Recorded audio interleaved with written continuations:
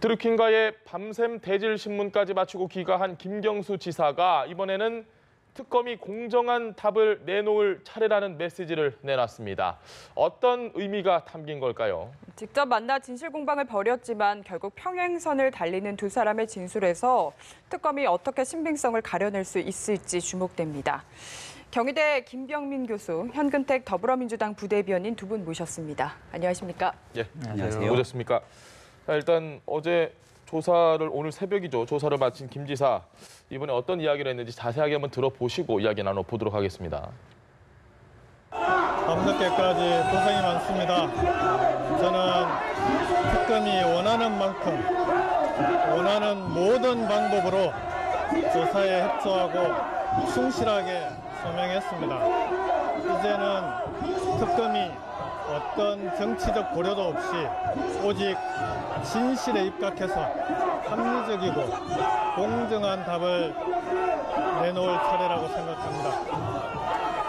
이제 저는 경남으로 내려가서 도정에 전념하고 경제와 민생 살리기에 최선을 다하겠습니다. 그동안 함께 응원하고 격려해 주시고 믿어주신 모든 분들께 진심으로 감사드립니다. 네, 특검이 어떤 정치적 고려도 없이 진실에 입각해서 합리적이고 공정한 답을 내놓을 차례라고 생각한다. 여러 가지 의미가 있겠습니다. 일단 두 분께 먼저 여쭙겠습니다. 저 이야기를 들었을 때 어떤 생각이 드셨는지요? 일단은 자신감의 표현이라고 봅니다. 예. 특검이 일단 결정적인 증거는 없다라는 그동안의 얘기가 많았는데 대질 조사를 했음에도 불구하고 예. 특별히 나온 게 없지 않았나. 그렇기 때문에 일단 자신감의 표현이라고 보고요. 그동안 김경수 지사는 계속 이런 입장을 취해왔습니다. 특검이라도 더한 거라도 받겠다. 여당에서는 오히려 특검 하면 안 되는 거 아닌가? 이런 입장에 우리 김경수 지사가 먼저 특검보다 더한 것도 받겠다 이랬고요. 경찰 조사, 검찰 조사 이렇게 받아서 그동안 쭉 가져왔던 어떤 자신감의 표현을 지금 이제 처음 한 번 조사하는 것도 보통 좀 이렇게 위축되기 마련인데 두 번 조사까지 받았음에도 불구하고 똑같은 자세로 앞으로 도점이 더 열심히 하겠다 이런 부분에 대해서는 어쨌든 특검 수사를 성실하게 받아서 큰 별 문제가 아닌 것 같다. 이런 어떤 자신감의 표현으로 보고 있습니다. 알겠습니다. 그러니까 아마도 김경수 지사 입장에서는 이번 특검에서 이 사법적인 문제가 아니라 정치적인 문제로 좀 방향을 전환시키려고 하는 것이 아닌가라는 개인적인 생각이 듭니다. 예. 그러니까 지금 이 드루킹 사건에 연루돼 있다는 것만으로도 김경수 지사가 그동안 갖고 있었던 정치인으로서의 깨끗한 이미지에는 여러 차례 스크래치, 상처가 난 것이 사실인 것 같습니다. 예. 애당초 처음 했던 해명과 수차례 있었던 해명들이 조금씩 바뀌었던 것도 사실이고요. 하지만 말씀하셨던 것처럼 특검 입장에서는 이 부분을 명확하게 규명해내기 위한 스모킹 공과 같은 핵심 물증을 확보하는 데 또 어려움을 겪고 있는 것 같습니다. 예. 그렇다면 최종적으로 기소를 하게 되더라도 대법의 확정 판결이 나기까지 아주 긴 시간이 걸릴 거거든요. 과거 홍준표 전 대표 같은 경우도 전직 경남지사였습니다마는 과거 성완종 리스트에 연루돼 있는 사건으로 대법의 최종 확정이 나기 전에 대통령 선거에 출마하는 것을 두고서 여러 가지 말들이 많았습니다. 하지만 이 부분을 최종적으로 홍준표 전 대표는 강행을 했고 정치인으로서 이 내용을 이겨내는 듯한 모습을 보여줬거든요. 그러니까 아마도 김경수 지사 입장에서는 여기에 대해서 단시간 내에 끝날 수 있는 사건이 아니니만큼 최종 대법 확정 판결이 날 때까지 자신감 있는 모습을 유지하면서 정치적으로 여기에 대한 본인이 갖고 있는 여러 가지 문제들을 정면 돌파하겠다라고 하는 의지들을 아마 계속해서 보여줄 것 같다는 생각이 듭니다. 알겠습니다. 김 교수님께 다시 한번 질문 드리겠습니다. 지금 김경수 지사 같은 경우는 어쨌든 피의자 신분으로 소환이 됐습니다. 그런데 이 특검에 출석할 때, 조사를 받고 나올 때 정치 특검 이야기를 계속 반복을 했고 특유의 당당함이 좀 도가 지나친 게 아니냐 이런 지적도 나오고 있습니다. 네. 이에 대해서는 어떻게 보십니까? 그러니까 여기에 대한 문제는 분명히 지적할 수 있을 겁니다. 일단은 정치인 입장에서 국민께 송구스러운 마음을 가지고 피의자 신분으로 소환이 됐기 때문에 여기에 대한 송구스러움을 밝히는 게 첫 번째가 아닐까라는 생각이 들고요. 예. 특검에 대해서 이제 정치적인 특검이 되지 말아야 된다고 주장하고 있지만 김경수 지사가 오히려 이 얘기를 먼저 끄집어내고 여당인 더불어민주당에서도 특검에 관한 정치 공세에 대한 문제를 제기하고 또 우상호 의원 같은 경우는 지난번 노회찬 전 의원의 사망 이후로 예. 여기에 대한 조사를 더 이어가서는 안 된다라고까지 얘기를 했기 때문에 오히려 주어진 기간 내에서 정치적인 고려 없이 수사를 해야 되는 특검에게 압박을 가하는 효과가 있어서 정치적으로 큰 문제가 제기될 수 있는 상황이 아닌가라고 우려를 제기하시는 분들이 여전히 많지 않나 생각이 됩니다. 알겠습니다. 네, 반면에 조금 전에 현 대변인께서는 자신감의 표현이다 이렇게 말씀을 하셨거든요. 조금 생각이 다르실 것 같은데요. 네네.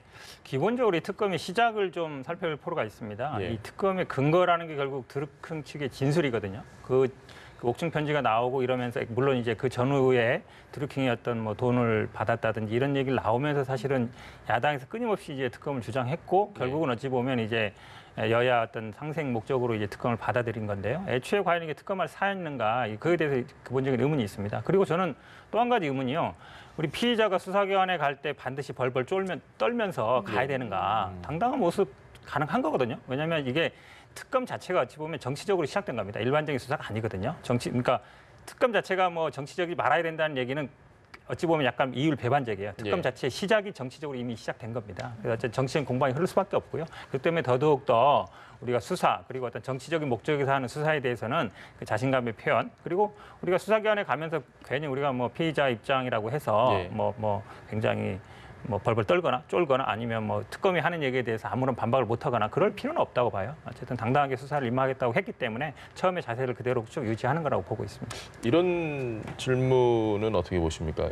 어쨌든 드루킹 김동원 씨 같은 경우는 지금 불법을 저지르고 있는 것이 분명했고 그 지지자라고 단순 지지자라고는 하지만 조금 가까웠던 정황들은 보이기도 하고 그러면 글쎄요 김경수 지사 정도면 상당한 공인인데 좀 유감 표명이나 이런 게 있었으면 어땠을까 하는 아쉬움이 남기도 하는데 이 부분은 어떻게 보십니까? 이게 아마 결정적으로 사이가 틀어진 것이 예. 그 이제 어떤 얘기를 하다가 내가 갖고 있는 거를 이분이 다 이제 뭐 녹취라든지 아니면 다 이렇게 문자 이런 걸 캡처해 놨거든요. 이걸 가지고 예. 그렇죠. 그러면서 그러니까 지지자라 그러면 사실은 그런 식으로 행동은 안 하거든요. 지지자라 그러면 그냥 잘 됐으면 좋겠습니다 정도에 뭔가 다 근거를 남겨놓고 이걸 가지고 뭔가 이제 딜을 하려고 한다는 데에서 일단 어찌 보면 그래서 우리 민주당에서는 브로커 아니냐, 정치 브로커다. 뭔가 이제 대가를 바라는 거거든요. 그러니까 순수한 지지자라고 알고 있었는데 나중에 보니까 그런 걸 태도를 돌변해서 뭔가를 요구한다는 거죠. 만약에 그게 잘 안 됐을 때는 이걸 가지고 또 협박을 하는 이런 게 사실은 선거를 해보면요 주변에 굉장히 많습니다 그런 분들이 그래서 항상 선거를 할 때는 그런 뭐 근거라든지 이런 걸 다 남겨놓지 않아요. 근데 이분은 다 그걸 모아놨다는 거 아닙니까? 그 모아놓은 목적은 뻔한 거예요. 나중에 쓰기 위한 거거든요. 근데 이런 분의 진술을 믿고서 결국은 특검까지 갔다. 저는 애초에 이 특검을 할 사안이 아니었다고 보고 있습니다. 알겠습니다. 네, 어쨌든 지금 김경수 지사의 태도를 보면은 1차, 2차 조사 때 나올 때까지 다 비슷한 태도거든요. 뭐 애초에 2차 조사 때는 어떤 증거들 나오지 않을까도 얘기가 나왔었는데 큰 변화 같은 건 없는 것 같거든요. 그러니까 2차 조사에서 3시간이 넘는 시간 동안 드루킹 김동원 씨와 대지 신문을 했다라고 얘기를 하고 있기 때문에 그 과정에서 어떤 성과가 나왔는지는 우리가 유추해 볼 수 있을 뿐이지 아무런 성과가 없다고 예단하기는 어려운 측면이 있는 것 같습니다. 조그마한 이야기가 나오더라도 결국은 특검이 피의 사실을 공표했다라고 얘기를 하고 있는 상황에서 오히려 또 일각에서는 그럼에도 불구하고 핵심 물증이 없다라고 하는 건 이율 배반적인 얘기일 수밖에 없는 거거든요.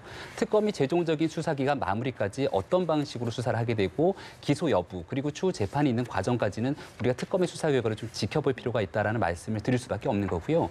김경수 지사의 태도에 거듭 좀 아쉬운 마음을 표현할 수밖에 없는 것은 말씀하셨던 것처럼 드루킹 김동원 씨와 드루킹 일당들이 네이버와 포털 등의 댓글을 조작해서 민주주의를 유린했던 사건들은 분명해 보입니다. 그리고 김경수 지사 측은 여전히 이것이 매크로 프로그램들을 활용한 공모가 아니라 우리를 도와주는 지지자였기 때문에 선풀을 달아달라고 여기에 대해서 도움을 요청했다는 겁니다. 하지만 과정이 어찌됐든지 간에 결과적으로 도움을 받았던 건 사실인 것 같고요. 그 과정 속에서 이러한 굉장히 민주주의를 유리한 사건이 연루가 돼 있던 것도 사실입니다. 그렇다면 죄를 인정 여부를 떠나서 국민께 송구스러운 마음들을 가지고 최소한의 유감 표명을 하는 것 정도는 기본적인 정치인과 공인으로서의 예의가 아닌가라는 생각이 드는데 지지자들을 향해서 뭔가 메시지를 전달하는 듯한 모습을 취하는 것으로 오히려 국론이 분열되는 것은 아닌가 하는 안타까움이 있습니다. 알겠습니다. 어제 조사 마치고 나올 때 뭐 저희가 앞서 리포트에서도 언급을 해드렸던 것 같은데 이 폭행을 당하는 아찔한 상황이 있었습니다. 그 설명 좀 부탁드립니다. 네네. 일단 아마 그 주사를 마치고 나서 나오는데 아마 뒤에서 이제 목덜미를 잡고 이렇게 뭐 가격을 한 것 같은데. 지금 영상이 나오고 있습니다. 예. 네. 사실은 저게 좀 급박한 상황. 좀 아쉬운 게요. 경찰이 굉장히 많았거든요. 경찰이 많았고 양측에 이제 지지자와 아니 반대하는 사람이 있었기 때문에 저런 일이 충분히 일어날 수 예측할 수 있는 일이에요. 근데 경찰들이 아마 그냥 옆에서 이렇게 지켜만 보고 있었던 것 같습니다. 아마 기자들이 많이 따라오고 그러니까 혼란스러운 상황이었던 것 같은데 일단 일어나지 말아야 될 사건이다.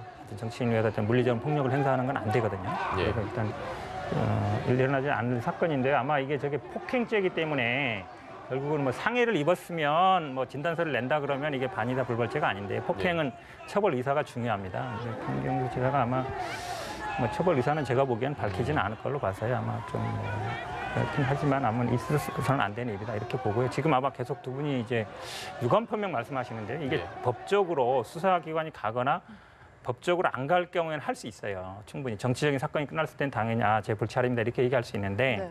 지금 수사 중이거든요. 예. 수사 중이고 앞으로 재판도 남아 있습니다. 이런 게 어찌 보면 이제 잘못을 인정하는 그런 걸 비칠 수 있거든요. 그러니까 수사가 끝나고 재판이 다 끝난 다음에 만약에 무죄를 받든지 이렇게 해서 어쨌든 무리를 일으켜서 죄송합니다라고 할 수밖에 없는 사안이에요. 지금 수사 중이라는 거는 좀 감안해 주셨으면 좋겠습니다. 알겠습니다. 혐의에 대한 내용을 다시 한번 여쭤보겠습니다. 네. 지금 특검이 대질 신문을 한다는 걸 공개 브리핑에서 자 대질 신문 대기하고 있다 이야기까지 했습니다. 사실 그걸 보면서 결정적인 뭔가 한 방이 있다면 저렇게 대질 신문을 한다는 걸 공개적으로 이야기를 할까라는 생각을 하신 분들도 분명히 계실 텐데. 맞습니다. 예. 예. 변호사로서 보시기에 이 대질 신문을 한다는 건 증거가 좀 부족하다라고 해석을 해볼 수 있는 맞습니다. 건가요? 결국은 진술밖에 없다는 거죠. 물증이 있으면 물증으로 질문을 하고 그게 나중에 뭐 증거 능력을 인정받으면 되는 거거든요. 예. 근데 결정적인 물증이 없기 때문에 대질을 하는 겁니다. 결국은 진술밖에 증거가 없다는 상황이고요. 근데 한 가지 좀 저는 의아했던 게 대질 신문이 3시간 반밖에 안 했어요. 예. 다른 뭐 조사를 막 20시간씩 하면서 그만큼 사실은 쟁점이 어찌 보면 간단했다는 거죠. 서로 진술이 어긋나는 게 결국은 시연할 때 있었느냐, 그다음에 나중에 어떤 직을 제안했느냐 두 가지 같은데 오히려 핵심 쟁점은 그렇게 많지 않다. 3시간 반 동안에 대질을 했다 그러면 보통 아마 간단한 사건도 대질을 하면 5-6시간 하는 게 보통입니다. 예. 서로 막 진술이 어긋날 때는. 그러니까 이 사건이 그렇게 쟁점이 많은 사건은 아니다라고 보고요. 지금 아마 결국 결정적인 뭐 CCTV라든지 녹취라든지 아니면 뭐 사진은 없는 걸로 보이는데요. 예. 그 당시에 시연할 때 아마 지금 나오는 걸로 보면 3사람이 있었다는 겁니다. 김경수 지사와 드루킹과 그다음에 우모 뭐죠? 예. 둘리라는 분이 아마 있었다라고 이제 드루킹 측에서는 주장하는 것 같은데 한 분은 아마 밖에서 지켜봤다고 주장하는 것 같고요. 근데 이 드루킹이나 둘리나 밖에서 지켜봤다는 분들이 다 어찌 보면 한 편입니다. 드루킹 측이라는 거죠. 예를 들어서 객관적인 제3자, 거기 뭐 건물 주인이라든지 예. 아니면 뭐 배달을 그날 아마 뭐 고기를 구워 먹었다니까 배달을 했다 그러면 배달지라든지 아니면 뭔가 객관적인 제3자가 진술을 한다 그러면 그분의 진술이 굉장히 중요할 수 있어요. 예. 근데 지금 어찌 보면 이제 두 편으로 쫙 갈린 상태에서 한쪽 편에 3사람이 있고 이제 이쪽에 있는 편이라서 결국은 진술밖에 없는 거거든요. 그래서 진술밖에 없는 상황에서 이렇게 대질이 오래 가지 않았다는 걸 보면 제가 보기에 아주 첨예하게 붙어서 확실한 어떤 증거는 제시 못한 게 맞는 것 같다. 알겠습니다. 근데 어쨌든 이렇게 대질 신문까지 했는데도 서로 평행선을 달렸다 보니까 앞으로 어떻게 될지도 좀 궁금해지거든요. 특검 입장에서 추가적인 물증 확보가 굉장히 중요하지 않을까 생각합니다. 굉장히 변호사님이 잘 설명해 주셨는데요. 예. 실질적으로 그 자리에서 두 사람의 진술이 계속 엇갈리고 있는 것이고 김경수 지사가 인정하고 있는 건 2016년 11월 그 자리 느릅나무 출판사라고 산책 간 것까지는 인정을 합니다. 하지만 가서 킹크랩에 대한 시연을 봤다라고 하는 부분들을 입장하기가 쉽지가 않거든요. 근데 결과적으로 특검이 주장할 수 있는 것은 김경수 지사는 끝까지 드루킹 일당이 하고 있는 모든 일들이 선풀을 통해서 도와주기 위한 선의적 활동들을 알았다는 거죠. 그러니까 네. 소위 말한 매크로와 같은 조작 프로그램들을 활용해서 여론을 조작하는 불법 행위라는 걸 몰랐다는 것 아니겠습니까? 근데 지금 나와 있는 시그널 등에 대한 메시지를 통해서 두 사람 간의 대화 기록들이 일부 남아 있는 것들이 있습니다. 그 이후 2016년도 이후에 2017년도에 있었던 대선을 전후해서 활동했던 그런 과정들을 거쳐서 만약에 드루킹 일당들이 킹크랩과 같은 매크로 프로그램을 활용했고 여기 대해서 보고라는 등에 대한 과정 속에서 이 내용을 인지했다면 느릅나무 출판사에서의 두 사람의 관계 속에서의 이야기가 명확하진 않더라도 김경수 지사의 진술의 신빙성이 깨지는 부분이 있기 때문에 예. 아마도 그 내용을 특검이 확보하는 것 이것이 아마 핵심이 쟁점이 되지 않을까 싶습니다. 알겠습니다. 이제 특검 수사 기간이 얼마 안 남았는데요. 네. 청와대의 그 두 비서관도 뭐 소환을 할 예정으로 알려졌고 그렇게 하면 시간상 결국 뭐 흐지부지 끝날 것 같은 느낌이 드는데 어떻게 예상하십니까? 저는 이제 용두사미로 끝날 가능성이 굉장히 많아졌다고 봅니다. 왜냐 예. 그러면 이제 특검이 결국은 김경수 지사에 대한 뭐 영장 청구라는 얘기를 해야 되는데요. 도모 변호사 영장이 2번이나 기각됐습니다. 네. 그것도 뭐 한 번은 긴급 체포 사유가 없고 한 번은 혐의에 대한 다툼이 있다. 예. 김경수 지사는 지금 더 다툼이 많은 상황입니다. 다툼이 많은데 혐의 부인한다고 해서 증거를 인멸할 것이다. 지금 인멸할 증거가 없거든요. 드루킹이 다 이미 진술밖에 없기 때문에. 예. 그리고 뭐 PC 같은 거는 국회 소관이었고요. 현직도 지사입니다. 현직 도지사가 어디 뭐 도망갈 염려 없거든요. 저는 영장 청구 쉽지 않다고 봅니다. 쉽지 않고 또 설령 청구하더라도 기각될 게 뻔하다. 그리고 지금 이 진술밖에 없는 경우에는 이 공방이 계속 가게 됩니다. 네. 법정까지 가서 대법원까지 쭉 가게 되는데요. 이 공방이 계속 될 거기 때문에 어쨌든 특검으로서는 계속적으로 이 수사 동력을 받기가 힘든 상황이다. 그리고 지금 그 송현백이나 백윤우 비서관 같은 예. 경우에는 어찌 보면 대선거 관련된 분들이지 지금 지방선거와는 특별 관련 없는 분들이거든요. 지방선거 때문에 한 분들이 아니에요. 예. 드루킹은 또 지방선거에 관여를 못했습니다. 그래서 사실 수사할 명분이 없어요. 피의자로. 참고인으로 모르겠어요. 어떻게 만나는지 소개를 했는지. 근데 그게 쟁점은 아니거든요. 예. 쟁점은 공모를 했느냐 여부예요. 그래서 지금 드루킹의 진술이 사실은 지금 왔다 갔다 하는 게 있습니다. 예. 지금 시연했다는 것도 지난번에 옥중 편지에 보면 2016년 10월이라고 했어요. 예. 근데 지금 특검에서 나온 얘기는 11월 9일로 딱 날짜를 받고 있거든요. 그리고 지금 이제 100만 원 얘기도 예. 우리가 뭐 직접 한 게 아니다. 뭐 언론에서 나온 얘기다. 이런 식으로 약간 피해가고 있거든요. 네. 그래서 드루킹도 진술이 지금 약간 모순성이 있어서 드루킹 진술 자체에도 좀 신뢰성에 의심을 받고 있다. 이렇게 보고 있습니다. 알겠습니다. 네, 다음으로 청와대 소식 짚어보겠습니다. 문재인 대통령 지지율이 나왔는데 취임 후 처음으로 50%대. 물론 지금도 높긴 한데 좀 추세적으로 떨어지고 있다. 이 점이 주목이 되거든요. 네, 이게 한 곳의 여론조사 기관뿐만이 아니라 오늘 있었던 얼마 전에 리얼미터의 여론조사도 그렇고 네. 갤럽에서의 여론조사 결과 등을 보게 되건데 하락하는 추세는 좀 분명한 것 같습니다. 청와대도 이 부분에 대해서 인정을 하고 있는 것 같고요. 일단은 집권 2년 차에 들어섰기 때문에 현재까지 나오고 있는 국정 전반에 대한 국민적 불만들이 누적되게 됐을 경우는 예. 이 집권 여당 그리고 대통령의 지지율이 떨어지는 건 자연스럽거든요. 하지만 여기에 대해서 좀 불을 붙였다라고 볼 수 있는 건 결국 경제적인 문제인 것 같습니다. 얼마 전에 있었던 이 최저임금 인상과 관련된 문제들이 조금씩 누적되기 시작했던 것 같고요. 이게 이제 진보와 보수 양쪽에서 지지율이 조금씩 다 빠지고 있다 저는 이렇게 생각을 하고 있는데 최저임금 문제만 해도 그렇습니다. 지금 문재인 정부가 애당초 공약했던 3년 내에 최저임금 10,000원 공약 달성은 네. 사실 불가능하게 된 거거든요. 그러다 보니까 진보적인 입장에서는 진보적인 입장대로 불만을 표명하는 거고 자영업자 등의 입장에서는 또 여기에 대해서 불만을 표명하는 거기 때문에 양쪽에서 빠지고 있는 경제적인 어려움이 있다는 거고 예. 두 번째는 얼마 전에 이재용 삼성전자 부회장과 김동연 부총리와의 만남 이후로 삼성이 대규모 투자를 약속합니다. 여기에 대해서 경제와 일자리를 살리기 위해서 어쩔 수 없이 취할 수밖에 없는 이 경제적 청와대의 문제라고 볼 수 있겠습니다만은 또 진보적인 지지자들 입장에서는 애당초에 이재용 부회장에 대한 입장 그리고 대법원의 확정 판결이 나기 전에 이와 같이 삼성의 도움을 받는 것이 온당한가 등에 대한 딜레마에 빠질 수 있기 때문에 네. 앞으로 이 문제를 해결하기 위해서 굉장히 청와대 입장에서는 어려운 과제들이 산적해 있지 않는가 생각이 됩니다.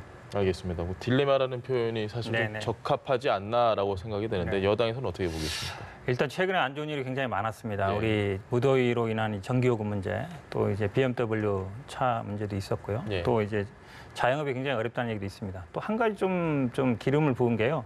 특활비 문제, 예. 그다음에 이 피감기관 외유 문제 이런 게 사실은 국민들의 입장에서는 굉장히 남이 나라 얘기처럼 들리는 게 맞습니다. 왜냐하면 굉장히 당장 먹고 살기 힘든데 뭐 피감기관 돈으로 외국 여행 다니고 이런 인식이 있거든요. 그래서 아마 정치 전반에 대한 국민들이 좀 불신이 많은 것 같은데 결국은 민생 문제가 맞습니다. 먹고 사는 문제를 풀어야 되거든요. 예. 청년 일자리라는 문제 이런 문제들에서 아마 집중을 후반기에는 해야 된다. 그래야만 국민들이 좀 안심하고 아마 이제 생업에 종사할 것 같고요. 저는 이 특활비 문제라든지 피감기관 외유 문제들도 국회가 좀 시민단체라든지 외부 인사를 좀 영입을 해서라든지 대책을 좀 마련해야 된다고 봅니다. 국민들이 이 부분에 대해서 굉장히 불신이 많거든요. 아마 특활비 공개해라.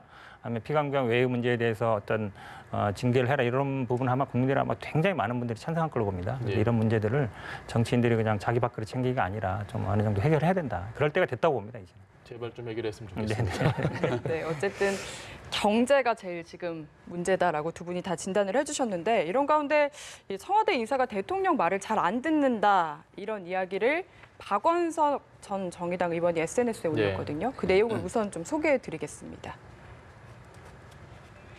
네, 지금 아직 화면에 지금 아직 나오지 않고 SNS 있는데요. 내용이 나오지 않고 있는데요. 네, 제가 먼저 읽어드리자면 예. 최근 갈등설의 한 당사자를 만났는데 대통령 말도 안 듣는다, 자료도 안 내놓는다, 조직적 저항에 들어간 것 같다고 토로했다. 이렇게 적었습니다. 네, 지금 화면에 나오고 있는데요. 저 SNS 내용을 보고 당사자들이 누구냐? 네. 딱 예측할 수 있는 두 분이 나왔습니다. 네, 유출하게 된 거죠. 그 경제에 대한 갈등설은 청와대에 있는 장하성 정책실장의 한 축과 소득주도 성장을 설계했다라고도 얘기들 많이 하고 있죠. 예. 그리고 김동연 경제부총리로 대변될 수 있는 관료 집단의 한 축을 얘기하게 되는데 최근 들어서 삼성 이재용 부회장의 혁신 성장에 힘을 실어주고 있는 것처럼 김동연 경제부총리 쪽으로 뭔가 균형추가 기우는 것은 아닌가라는 메시지들이 이곳저곳에서 나왔습니다. 예. 특히 인도에서 문재인 대통령이 삼성전자 이재용 부회장을 만났을 때만 해도 마찬가지라고 볼 수 있고요. 지금 얘기를 풀어내고 있는 SNS에 글을 올린 인물은 이 박원석 전 정의당 의원이거든요. 네.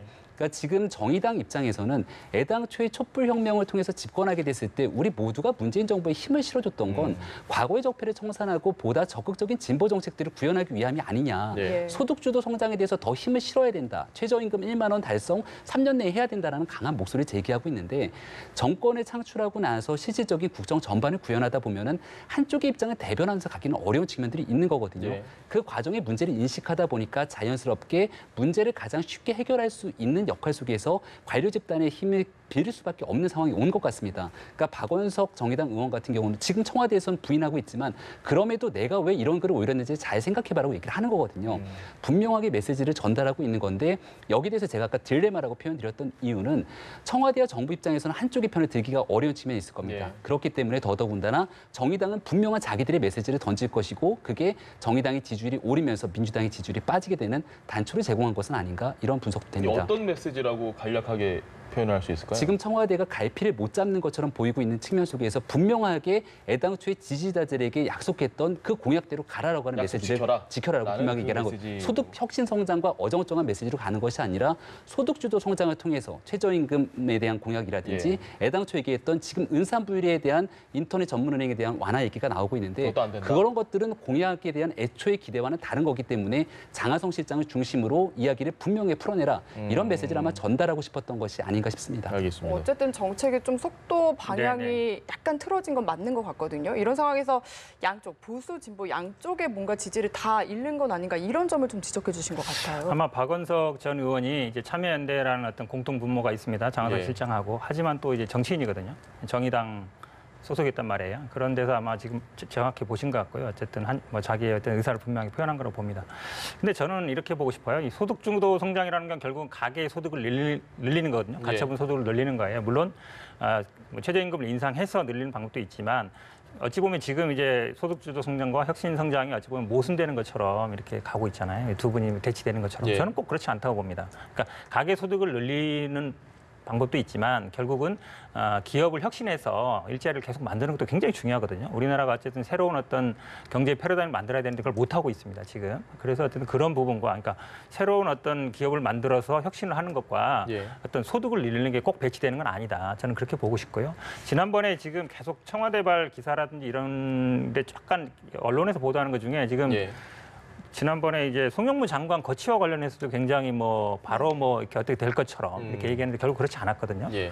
또 하는 게 뭐 있었냐면 박선숙 환경부 장관 기용설이 나왔다가 갑자기 또 이렇게 됐어요. 예. 그래서 저는 아마 이 언론 보도라는 게 결국은 팩트를 중심으로 해야 되는데 지금 박 전 의원 얘기도 그냥 자기가 그냥 들었다고 얘기하는 것인데 어찌 보면 제가 보기엔 청와대의 실제 어떤 그런 내용은 아닌 것 같다. 그래서 지금 굉장히 한 특정인의 어떤 발언으로 인해서 정책이 막 흔들리거나 저는 그건 옳지 않다고 봅니다. 알겠습니다. 이건 어떻게 생각하십니까? 지금 말씀 주셨던 것처럼 그 박 전 의원 같은 경우에 참여연대 창립 발기인이고 장하성 실장이야 잘 알고 있겠지만 참여연대에서 경제민주화위원회 위원장을 지내셨고 현 정권에서 참여연대가 가지는 어떤 영향력이라고 할까요? 이런 부분에 대해서는 어떻게 생각하십니까? 초창기에는 참여연대의 트로이카라고 얘기가 나왔던 것처럼 조국 민정수석 그리고 장하성 실장 여기 김상조 공정거래위원장까지 굉장한 힘을 가지고 실질적인 지금 있는 정부 내에서의 가장 중요한 대학은 서울대, 연대, 고대가 아니라 참여연대라고 하는 농담이 있을 정도였거든요.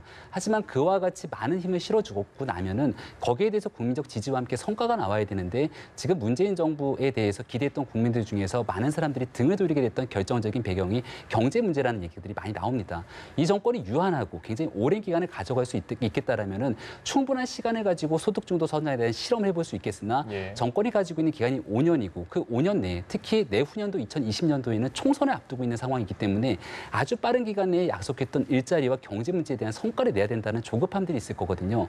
따라서 지금 상황 속에서는 얼마 전에 있었던 장하성 정책실장만이 유임됐고 그 밑에 있던 경제수석 등에 대한 전반적인 예. 이 경제들이 있었던 상황들을 미루어 보건대 참여연대를 비롯한 인사들이 적어도 경제 문제에 대해서는 힘을 쓰기에는 여전히 어려움이 있는 구조로 좀 변화된 것이 아닌가 이렇게 생각이 됩니다. 어떻게 여당 입장에서는 어떻게 예상하십니까? 저도 뭐 참여연대에서 실행위원을 한 10년 했는데요. 예. 저분들이 보면 참여연대 계속 있던 분들은 아니에요. 박원석 사무처장 이런 분들은 굉장히 오래 있던 분들인데 다른 뭐 교수님이나 이런 분들은 이제 잠깐 뭐 소장을 맡거나 이래서 항시적으로 관여하는 분들은 아니거든요. 여러 어떤 시민단체 중에 이제 한 분을 거쳐가시는 분들이지. 그리고 조국 민정수석 같은 경우도 교수로 오래 하셨지 오히려 참여연대는 그냥 부차적인 일이었거든요. 예. 그래서 참여연대 출신들이 뭐 어떻게 정책을 주도하고 있다. 이건 저는 안 맞는 얘기라고 보고요. 물론 지금 말씀하신 것처럼 저도 그건 인정합니다. 그러니까 결국 경제 문제다. 먹고 사는 문제 해결해야 된다. 집권 2년 차이는. 그리고 앞으로도 그 국민들이 가장 중요하게 여길 문제는 민생 문제다. 저는 그건 맞다고 보고요. 어쨌든 네. 이 부분에 대해서는 여야가 이견이 있을 수 없다고 보거든요. 민생 법안 특히 우리 상가 임대차 보호법이라든지 주택 임대차 보호법이라든지 상생할 수 있는 이런 문제들 굉장히 뭐라 그러죠? 프랜차이즈 이런 문제라든지 오번에 이제 서울시에서 보면은 뭐 피자 가게를 얘기하는데 사실은 그 본사가 아니라 다른 데서 구입할 수 있게 했더라고요. 예. 이렇게 어쨌든 직접 자영업자들의 도움이 되는 이런 민생 법안들을 빨리 통과시켜서 민생 문제를 해결하는 게 시급한 문제라고 보고 있습니다. 알겠습니다. 네, 그런데 어쨌든 지금 우리 정부의 경제 정책을 이끄는 투톱이 기본적으로 기조가 다른 건 사실이잖아요. 이 부분 좀 해결할 수 있는 방법은 어떤 게 있다고 보시나요? 정말 어려운 딜레마인 것 같은데요. 그럼에도 불구하고 문재인 대통령은 장하성 실장에 대해서 힘을 계속 실어주려고 노력을 할 겁니다. 예. 그러니까 애당초 소득주도 성장에 대한 기본적인 정책의 가치를 포기하지 않았다라고 계속해서 얘기를 하고 있는 거거든요. 그러니까 약자를 대변할 수 있는 그리고 노동자들을 대변할 수 있는 정책적 기조를 유지해 나가는 것을 만약 포기하게 됐을 경우는 이 정부를 뒷받침하고 있는 기본 정신 근간이 흔들리는 거라고 생각할 겁니다. 하지만 여기에 대해서 반쪽으로 완전히 이 대한민국을 두루 갈라놓은 상태로서 정부를 이끌어가게 됐을 경우 특히 경제 문제와 일자리 문제에서 성과가 나지 못하면 그 고스란히 모든 것들에 대한 부담을 정부가 짊어져야 되기 때문에 어쩔 수 없는 상황 속에서 이 정부는 결국은 대기업과 재벌에도 같이 투자를 촉진하기 위한 손을 벌릴 수밖에 없는 상황에 왔다라고 생각을 하고요. 예. 이 문제를 풀어가는 과정에서 결국은 적절한 조화가 필요한 건데 이건 비단 경제만의 문제는 아니라고 생각합니다. 특히 기무사 같은 경우도 과거에 지금 같은 상황에서 현 정부가 처음 얘기했을 때만 하더라도 기무사를 완전히 해체할 정도의 수준을 이뤄야 되는데 사령부라고 하는 체제를 그대로 유지하지 않습니까? 결과론적으로 문제를 해결하기 위해선 현재 있는 상황과 적절한 조화와 타협이 필요할 수밖에 없을 것이고 이 문제에 대해서 극한적으로 분노하고 변화해야 된다고 얘기했던 일부 지지층의 반발이 있을 수도 있는 거겠지만 이걸 함께 끌어안고 설득하기 위한 과제가 청와대와 더불어민주당에 남겨진 과제가 아닐까 생각됩니다. 알겠습니다. 네, 지금까지 경희대 김병민 교수 그리고 현근택 더불어민주당 부대변인과 함께 이야기 나눴습니다. 두 분 말씀 잘 들었습니다. 고맙습니다.